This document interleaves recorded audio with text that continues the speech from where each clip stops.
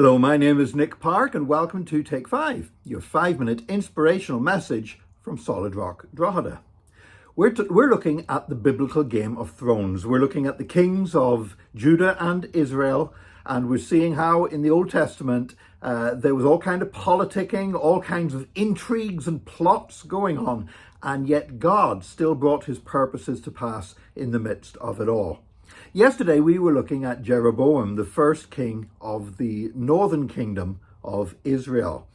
And now today we're looking at the second king of the southern kingdom of Jerusalem. We saw last week about Rehoboam, and Rehoboam was Solomon's son, who acted like the tough guy and tried to be the macho man leader, and it didn't end well. It ended up with the kingdom dividing in two. And Rehoboam's son was Abijah.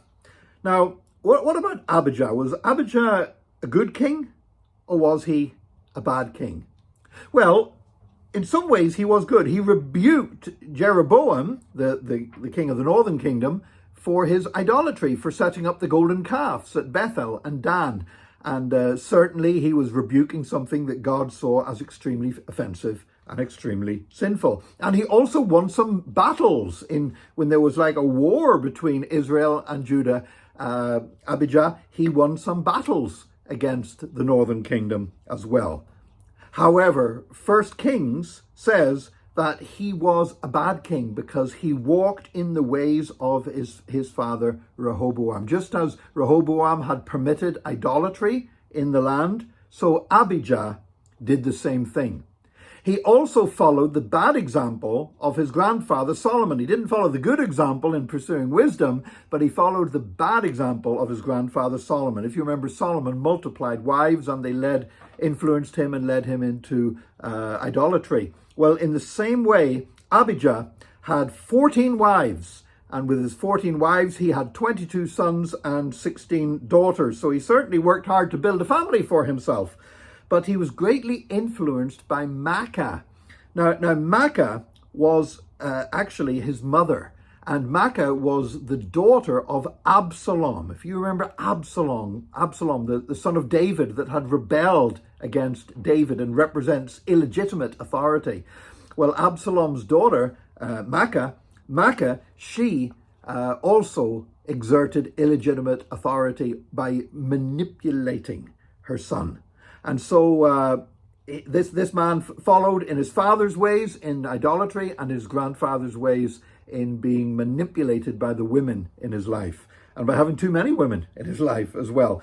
In other words, even though he condemned idolatry in the northern kingdom, and even though he appeared to be fighting against it and fighting on the side of the Lord, in fact, he's a classic example of somebody who talked the talk but couldn't walk the walk.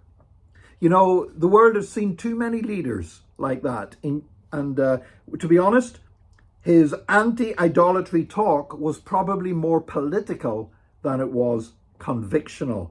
The reason why he condemned Jeroboam's golden calves at Dan and Bethel was because he wanted to get the people back worshipping in Jerusalem again and coming under his political influence, because Jerusalem was his capital city. On the surface, it looked good what he was doing, and no doubt there were people who were sucked in by that and said, we've got a king here who's helping us and pursuing our agenda.